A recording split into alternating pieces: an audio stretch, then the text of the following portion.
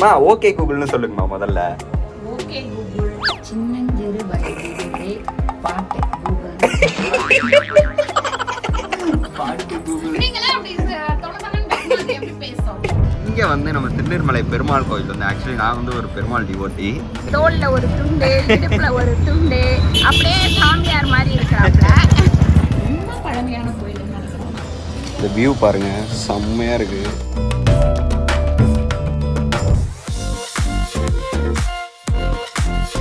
ஒரு சீனுக்கு ஒரு புடவை மாற்ற சொன்னா என் பிள்ளை. தக்காளி போடும்போது ஒரு புடவை கட்ட சொல்லுவேன், வெங்காயம் போடும்போது ஒரு புடவை. எப்பா தெரியாம சொல்லிட்டேன். உங்ககிட்ட பேச பிடிக்கலையா அதுக்கு?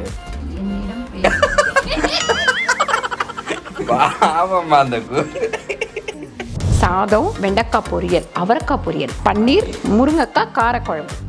இந்த சமையல் மணக்க ருசிக்க அம்மா சமையல் மசாலா ஐட்டம்ஸ், ஊறுகாய் ஐட்டம்ஸ் நம்மக்கிட்ட கிடைக்குது. நீங்கள் கீழே வந்து நம்பர் கொடுக்குறேன், நம்பரில் கான்டாக்ட் பண்ணுங்கள். என்ன பண்ணிட்டு இருக்கீங்க? இந்த புது ஃபோன் வந்தாலும் வந்துச்சு. ஆக்சுவலி இது என்ன கதைனா, இது வந்து லாஸ்ட் டைம் எனக்கு வந்து சுனிதாக்கா கிஃப்ட் பண்ணாங்க ஒரு ஃபோனு. ஸோ அது என்ன ஆச்சு, நடுவில் ஒரு நாள் வந்து ஏதோ அப்டேட் கொடுத்தாங்க போல், அதில் இதுவாகிடுச்சு. சர்வீஸ் சென்டரில் கொடுத்து 10 நாள் ஆச்சு. சடனாக வந்து நேற்று ஃபோன் பண்ணி, சார் நீங்கள் வந்து வாங்கிக்கலாம், புது ஃபோனாகவே தராங்க அப்படின்ட்டோம். நேற்று தான் இதை வந்து எக்ஸ்சேஞ்ச் பண்ணி கொடுத்தாங்க. நேற்றுலேருந்து அலப்பற தாங்க முடியல. கூகுள்கிட்ட பேசுறது என்ன, ஃபோட்டோ எடுக்கிறது என்ன, கேமரா எங்கே இருக்குது, அதாவது ஐஃபோனுக்கு இதுக்கும் சோலி போடுறாங்களாம் கேமரா இது எந்த தான் பிரைட்டாக இருக்குன்ட்டு. ஏதோ பண்ணிட்டு இருந்தீங்களே, என்ன பண்ணீங்க? கூகுள் கிட்ட ஏதோ பேசிட்டு இருந்தீங்களே, இது என்ன பாட்டு, அதுக்கிட்ட சொல்லுங்க. அது எப்படி கேட்டீங்க? கேளுங்க அதுக்கிட்ட. கேளுங்க, அதுக்கிட்ட கேளுங்கம்மா. ஓகே கூகுள்னு சொல்லுங்க. ஐயோ ஐயோ, பாஸ்வேர்டு யாரா பார்த்துட்டீங்களா? Okay Google. உலகத்துக்கே தெரியும் பாஸ்வேர்டு. ஐயோ கூகுள் பேசலையே பாரு, அப்பையில இருந்து பேச மாட்டேன். நீ அத லாகின் பண்ணிருந்தா தானே? லாகின்லாம் பண்ணி தாங்கமா இருக்கு. பெர்மிஷனா இப்போ பேசுங்க. சின்னஞ்சிறு வயதிலே பாட்டு. முதல்ல கூகுள் அது வேற ஏதோ சொல்லு. அது என்ன சொல்லு? என்ன சொல்லுது? ஏய் வந்துருச்சு. மா ஓகே கூகுள்னு சொல்லுங்கம்மா முதல்ல. ஓகே கூகுள் சின்னஞ்சிறு வயதிலே பாட்டு கூகுள். பாட்டு கூகுள். நீங்களே அப்படி தொலைதொலைன்னு பேசினா அது எப்படி பேசும்? வரவே இல்லை பாருப்பா ஒண்ணுமே. உங்ககிட்ட பேச பிடிக்கலையா அதுக்கு? என்னிடம் பேச. பாவம்மா அந்த கடவுளே. போலாம், கிளம்பலாம். இன்னைக்கு எங்கே வந்திருக்கோம் அப்படின்னு பார்த்தீங்கன்னா, திருநீர்மலைக்கு தான் வந்திருக்கோம். இங்கே வந்து நம்மளை வந்து ஒரு பூஜை ஒன்று இருந்தது விட்டாங்க. அதனால் சரி வந்தோம். வந்துட்டு அப்படியே நம்ம வீட்டிலேருந்து மாடியிலேருந்து பார்த்தா திருநீர்மலை கோபுரம் தெரியும். இன்னைக்கு தான் நான் ஃபஸ்ட்டு இந்த கோயிலுக்கு வரேன். அப்படியே இந்த பாருங்க, நான் ரமேஷை காட்டுறேன் பாருங்க எப்படி இருக்காப்புல. கோயிலுக்கு வந்திருக்கோம். இரு தூரமா போ, அப்பதான் தெரியும் உன்னோட கெட்டப்ப அப்படின்றதுக்காக. பாருங்க, தோல்ல ஒரு துண்டு, இடுப்புல ஒரு துண்டு, அப்படியே சாமியார் மாதிரி இருக்கிறாப்ல. ஸோ இங்கே வந்து நம்ம திருநீர்மலை பெருமாள் கோயில் வந்து ஆக்சுவலி நான் வந்து ஒரு பெருமாள் டிவோட்டி. உங்களுக்கு தெரியும். ஸோ நம்ம வீட்டு மாடியிலேருந்து பார்த்தாலே வந்து இந்த பெருமாள் கோயில் கோபுரம் அப்படியே தெரியும், ஃபுல் கோயிலுமே தெரியும். ஆமாம், இங்கேருந்து பார்க்கும்போதே சூப்பராக இருக்கும். ஸோ இன்னைக்கு தான் ஃபஸ்ட்டு நம்ம இந்த கோயிலுக்கு வரோம். ஆமாம், சூப்பராக இருக்குது. இந்த நான் ஊருக்குலாம் போகும்போது இந்த மலை எங்கே இருக்குது, இந்த மலை எங்கே இருக்குது அப்படின்னே கேட்டுக்கிட்டே இருப்பேன். இன்னைக்கு இந்த கோயிலுக்கு வந்திருக்கோம், வாங்க போகலாம். நல்லா சூப்பராக கட்டிகிட்டு இருக்காங்க. நீங்கள் யாராவது இங்கே நியர்பை இருந்தீங்கன்னா கீழே கமெண்ட் பண்ணுங்கள். நீங்கள் யாராவது இந்த கோயிலுக்கு வந்திருக்கீங்கனாலும் கீழே கமெண்ட் பண்ணுங்கள். இங்கே வந்து தேர்லாம் நிறைய இருக்குது. ஊரே கொஞ்சம் வித்தியாசமாக இருக்குல்லம்மா, கொஞ்சம் எப்படின்னா அந்த பழைய நம்ம ட்ரெடிஷ்னல் அந்த மாதிரி நிறைய வீடுங்க இருக்குது. நல்லா இருக்குது, வாங்க போகலாம். ஸோ இது வந்து திறந்துருக்குமான்னு தெரில. டைம் வந்து ஒரு 10:30 இருக்குன்னு நினைக்கிறேன். இங்கே என்ன, இங்கே வந்து ஆக்சுவலி இங்கேயே ஒரு கோவில் இருக்குப்பா, மலை மேலே ஏறுற கோவில். தெரியல, கேட்டுப்போம். ஓகே, கீழே பார்த்துட்டு தான் போகணுமா? ஸோ நம்ம ஃபஸ்ட்டு கீழே போயிடலாம். நிறுவன பெருமாள் இருக்காரு. அப்புறம் அம்மா வந்து இங்கே இருக்கிறாங்க. மலர் மங்கை தாயா பார்த்துட்டு சொல்லுவோம். கீழே முடிச்சிட்டோம். இப்போ நம்ம மேலே கீழே வந்து சூப்பராக இருக்குது. ரொம்ப பழமையான கோயில்னு நினைக்கிறேன். இங்கேருந்து நிறைய பேர் நமக்கு கமெண்ட் பண்ணியிருக்கிறீங்க. இந்த ஏரியாவில் இருக்கிறவங்களா இருந்தால் இந்த கோயிலை பற்றி கமெண்ட்டில் சொல்லுங்கள்.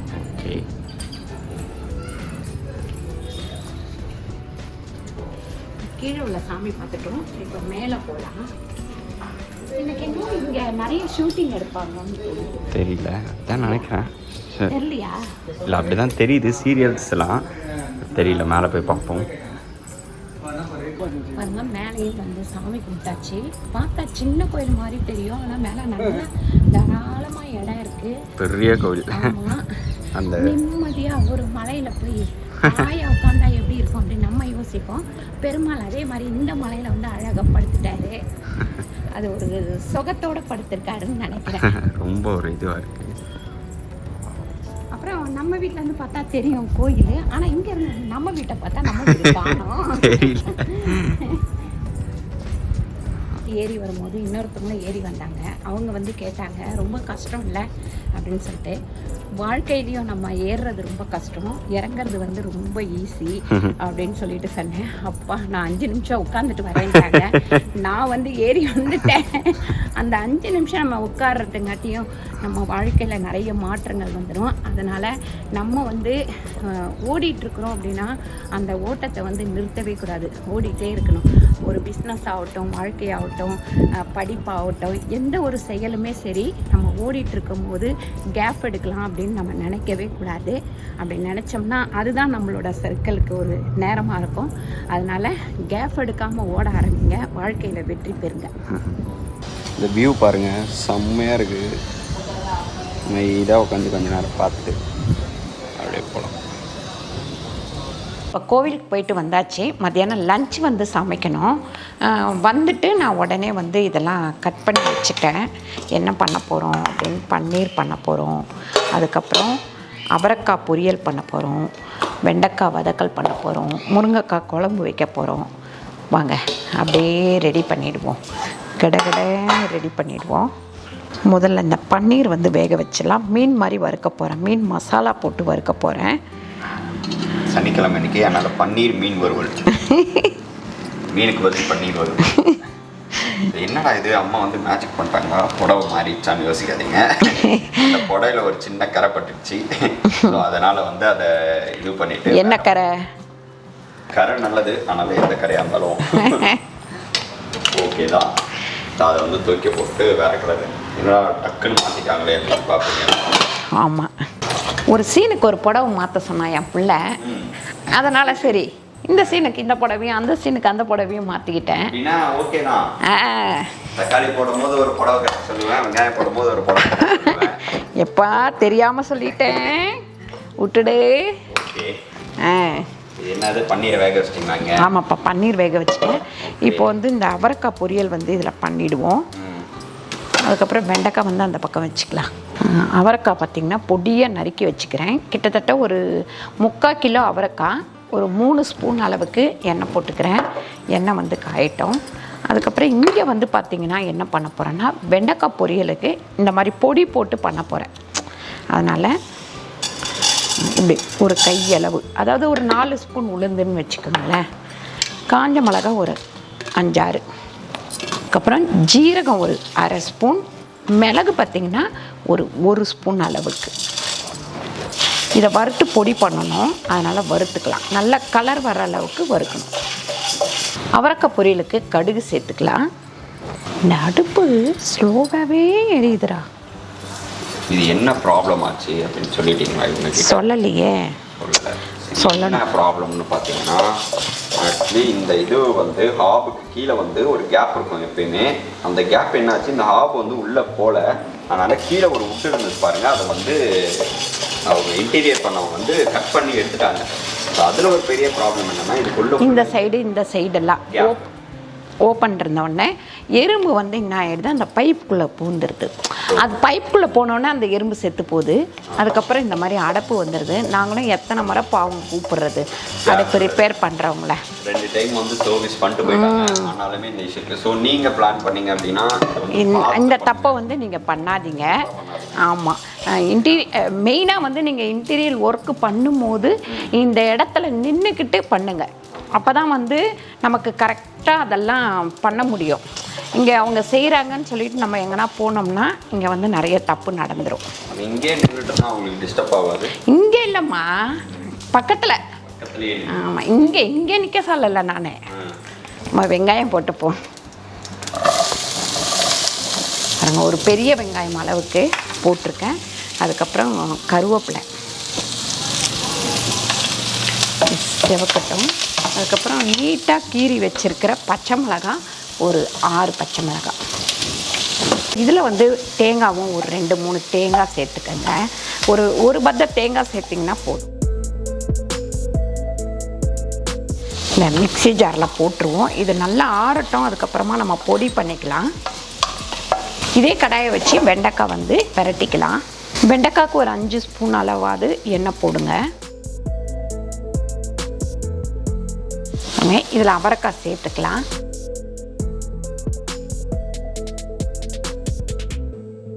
இப்போ இதில் வந்து 1 டம்ளர் அளவுக்கு தண்ணி ஊற்றிக்கலாம். கொஞ்சம் கிண்ட முடியாத தொட்டு கொஞ்சம் ஒரு வேக்காடு போட்ட உடனே நம்ம கிண்டுவோம். அதனால தான் நான் அப்படியே வச்சுட்டேன். அதுக்கப்புறம் மஞ்சள்தூள் ஒரு 1/4 டீஸ்பூன். அதுக்கப்புறம் உப்பு வந்து ஒரு 1.5 ஸ்பூன் அளவுக்கு. பன்னீர் வந்து வெந்துருச்சு, எடுத்து வச்சுக்கலாம். நம்ம இங்கே ஆறட்டும். வெண்டைக்காய்க்கு வந்து கடுகு சேர்த்துக்கலாம். அதுக்கப்புறம் வெங்காயம் வந்து நல்லா ஒரு 2 வெங்காயம் சேர்த்துக்கங்க. கருவேப்பிலை கொஞ்சம் சேர்த்துக்கலாம். இந்த வெங்காயம் இப்படி இருக்கும் போதே நம்ம வந்து வெண்டைக்காய் போட்டுடலாம். ஏன்னா 2 சேர்ந்து வதங்கும் போது கரெக்டாக இருக்கும். அது இன்னொரு வெண்டைக்காய் பண்ணுவேன். அந்த வெண்டைக்காய் பண்ணும்போது தான் நம்ம வந்து வெங்காயம் நல்லா வதங்கினோடனே போடணும். இதுக்கு வந்து நம்ம இப்படியே போட்டுடலாம். இப்படியே போட்டோம்னா 2மே ஈக்குவலாக வதங்கிடும். இங்கே வந்து இஞ்சி பூண்டு பேஸ்ட்டு 1 ஸ்பூன் போட்டிருக்கேன். இப்போ மீன் வறுவல் மசாலா வந்து ஒரு 3 ஸ்பூன் கிட்ட போட்டுக்கிறேன். இதில் வந்து உப்பு இருக்கும், அதனால் நான் கொஞ்சம் லைட்டாக உப்பு போடுறேன். நம்மக்கிட்ட இந்த மீன் வறுவல் மசாலா கிடைக்குது. உங்களுக்கு வேணும்னா கீழே வந்து நம்பர் இருக்குது, வாட்ஸ்அப் நம்பர் இருக்குது, லிங்க் இருக்குது. அதில் வந்து நீங்கள் ஆர்டர் போட்டுக்கலாம். கார்ன்ஃப்ளவர் மாவு ஒரு 3 ஸ்பூன். மசாலா வந்து இந்த மாதிரி போட்டுக்கலாம். அதுக்கப்புறம் இது தோசை கல்லையும் போடலாம், நீங்கள் நார்மல் கடாயிலையும் போட்டு பொரிக்கலாம். உங்களுக்கு எது சௌகரியமோ அதில் போட்டு பொரிச்சிக்கலாம். பாருங்க, வெண்டைக்காய் வந்து வதங்கிட்டுருக்கு. இது வதங்கிட்டு இருக்கட்டும்.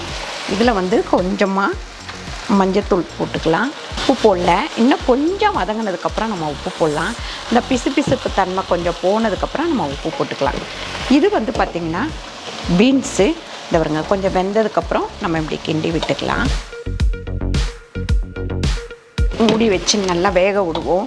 பாருங்க, முதல் வந்து எல்லாருமே வந்து நிறைய பேர் வந்து நமக்கு சொன்னாங்க, டிஷ்வாஷர் வச்சுக்கோங்கம்மா, அது ஈஸி அப்படின்ட்டு. நான் வந்து என்ன பண்ணிட்டேன், இங்கே வந்து இடமே இல்லை.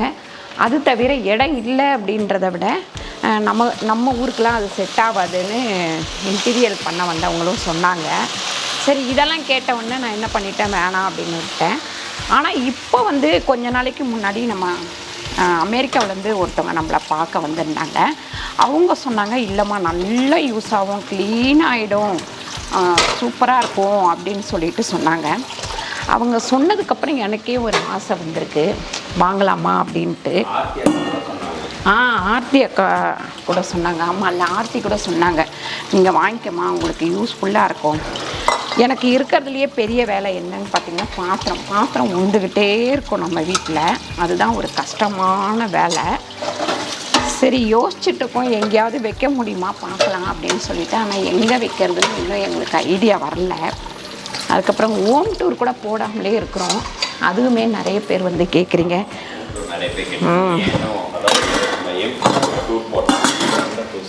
ஆமாம், எல்லாம் இன்னும் மேலே வந்து ரமேஷோட பெட்ரூமில் வந்து இன்னும் இன்டீரியல் பண்ணலை. அது தவிர சின்ன சின்ன வேலைகள் இன்னும் இருந்துக்கிட்டே இருக்குது. முடியலப்பா. ஒரு பழமொழி சொல்லுவாங்களே, வீட்டை கட்டி பாருங்கள் கல்யாணத்தை பண்ணி பாருங்கன்னு. அந்த மாதிரி வீட்டை கட்டி பார்த்தாச்சு. அதில் என்னெல்லாம் கஷ்டம் இருக்குது அப்படின்றத நான் ஆல்ரெடி உங்களுக்கு சொல்லியிருக்கேன். இப்போ கல்யாணத்தை பண்ணிவிட்டு அதுக்கப்புறம் அதில் என்னெல்லாம் கஷ்டம் இருக்குது அப்படின்றத பற்றியும் ஒரு வீடியோவில் சொல்கிறேன். கல்யாணம்னாலே கஷ்டம் தானே.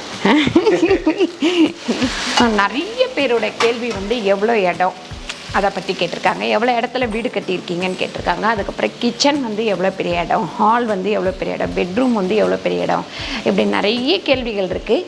எல்லா கேள்விக்கும் நான் வந்து ஹோம் டூர் போடும்போது, ஃபுல் ஹோம் டூர் போடும்போது உங்களுக்கு வந்து சொல்கிறேன் எந்தெந்த இடம் எவ்வளோ, நாங்கள் என்ன பிளான் பண்ணோம், அதே மாதிரி பில்டர் என்ன பிளான் பண்ணார், இந்த மாதிரி எல்லாமே நான் வந்து உங்களுக்கு சொல்கிறேன்.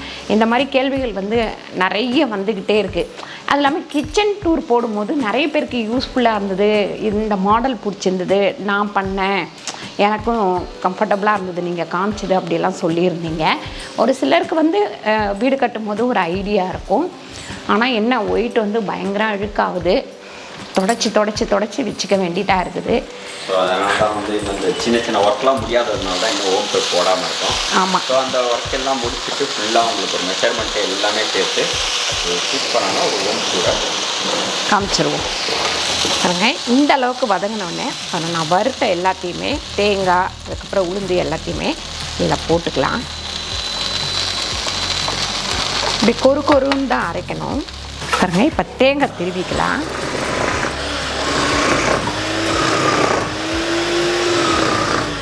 பாருங்க, தேங்காய் வந்து இப்படி பொடியாக திருவி போடுங்க.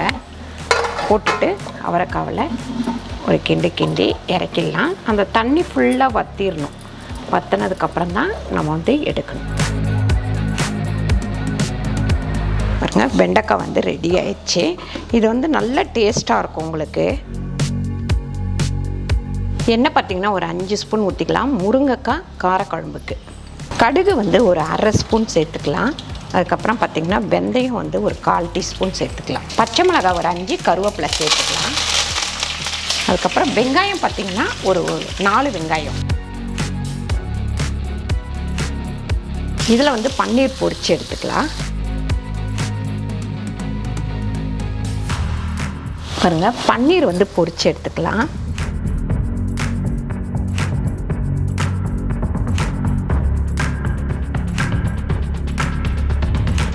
வெங்காயத்தை வந்து நல்லா வதக்கி விட்டுக்கலாம். நம்ம வந்து காரக்குழம்புக்கு உப்பு சேர்த்துக்கலாம். ஒரு 1/2 ஸ்பூன் கல் உப்பு சேர்த்துட்டேன். இந்த வெங்காயமும் இதுலேயே வதங்கும், அதனால் வதங்கிட்டு இருக்கட்டும். பாருங்கள், இந்த இதுவை வந்து திருப்பி போட்டுக்கலாம்.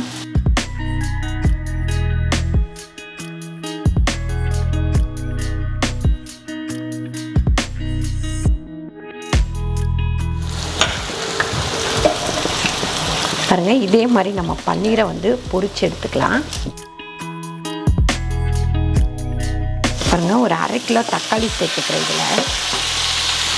இதில் ஒரு 1/4 டீஸ்பூன் மஞ்சள்தூள் சேர்த்துருவோம். சேர்த்துட்டு நல்லா வந்து வதங்கட்டும். தக்காளி நல்லா வதங்கணும். பாருங்கள், இந்த மாதிரி தக்காளி நல்லா வதங்கினோடனே இந்த முருங்கைக்காவை சேர்த்துக்கலாம். இதில் முருங்கைக்காவையும் சேர்த்து ஒரு 2 வதக்குவோம். பாருங்க, இந்த மாதிரி நல்லா வதங்கி எண்ணெய் தெளிஞ்ச உடனே நம்ம குழம்பு மிளகாத்தூள் ஒரு 3 ஸ்பூன் அளவுக்கு போட்டுக்கலாம். பெரும் மிளகாத்தூள் 1 ஸ்பூன் சேர்த்துக்கிறேன்.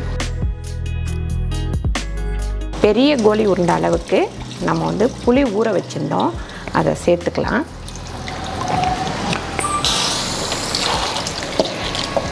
கொஞ்சம் நல்லா அப்படியே தொக்கு மாதிரி இருந்தால் போட்டு சாப்பிட்றதுக்கு வந்து நல்லாயிருக்கும். ரொம்ப தண்ணி மாதிரி வைக்க வேண்டாம். சூப்பரான ஒரு வெஜ்ஜி லன்ச் மெனு ரெடி ஆயிடுச்சு. சாதம், அதுக்கப்புறம் பார்த்திங்கன்னா வெண்டைக்காய் பொரியல், அதுக்கப்புறம் பீன்ஸ் இல்லை அவரைக்காய் பொரியல், அதுக்கப்புறம் பன்னீர், முருங்கைக்காய் காரக்குழம்பு. அவ்வளோதான் இன்றைக்கி மத்தியானம் லன்ச்சு. உட்காந்து சாப்பிட வேண்டியது தான். கண்டிப்பாக வந்து இந்த வெண்டைக்காய் ட்ரை பண்ணி பாருங்கள், டிஃப்ரெண்ட்டாக இருக்கும். அதே மாதிரி பன்னீரும் வந்து ரொம்ப டிஃப்ரெண்ட்டாக இருக்கும்.